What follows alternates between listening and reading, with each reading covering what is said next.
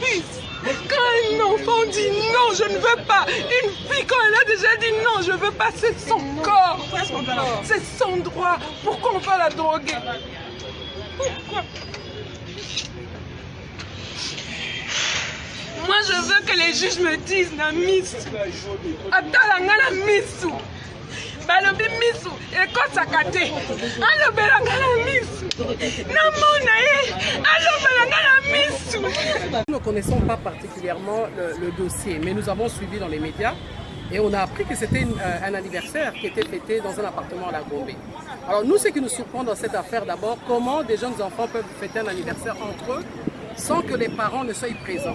Comment des jeunes enfants, 13-14 ans, peuvent prendre de l'alcool, et quel alcool? Pas n'importe quel alcool, du whisky. Et jusqu'à aller poser un tel acte, droguer leurs jeunes camarades et abuser. Alors moi, la question que je me pose, où étaient les parents d'abord? La deuxième question, et s'il y avait des adultes devaient être là, parce que je ne me vois pas mal organiser l'anniversaire de mes enfants qui ont 13-14 ans sans adultes. Et ça a duré combien de temps ce viol-là? Donc voilà, nous sommes choqués, nous voulons dénoncer ce qui se passe, mais nous voulons plus toucher les parents que les enfants. Parce qu'entre eux, là, ça reste toujours des enfants d'abord. Mais c'est la responsabilité des parents. Où étaient les parents de ces enfants-là? Où étaient les responsables ou bien le personnel qui accompagne ces enfants-là? Donc c'est un problème sérieux. On ne doit pas s'attaquer qu'aux jeunes, on doit attaquer les parents de ces enfants, de ces jeunes garçons-là. Parce que ce sont des parents irresponsables. Ils n'ont pas fait ce qu'un parent devait faire. Les enfants étaient hors surveillance et c'est comme ça qu'un tel acte a pu avoir lieu. Donc voilà, nous sommes arrivés ici ce matin et le procès devait avoir lieu aujourd'hui. Mais voilà, nous sommes surpris de constater que tout s'est passé dans la nuit comme des sorciers. Ça s'est fait entre eux et le matin on arrive ici à plus rien.